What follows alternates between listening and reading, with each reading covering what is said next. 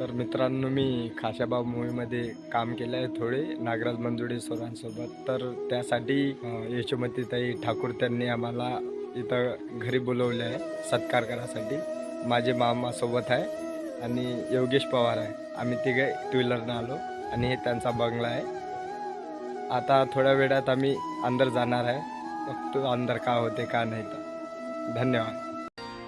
आले तुफान किती जिद्द ना सोडली, झेप घेतली आकाशी, स्वप्ने झाली पुरी. लढलो अन जितलो भी काटच्या वाटवरी, दुश्मन भी आज मला वाकून सलाम करी. या मातीहीन दिल बळ लढण्याला अन भिडण्याला, देव माझा मल्हारी खंडोबा पाठीशी. लढलो पण रडलो नाही, हासिल मी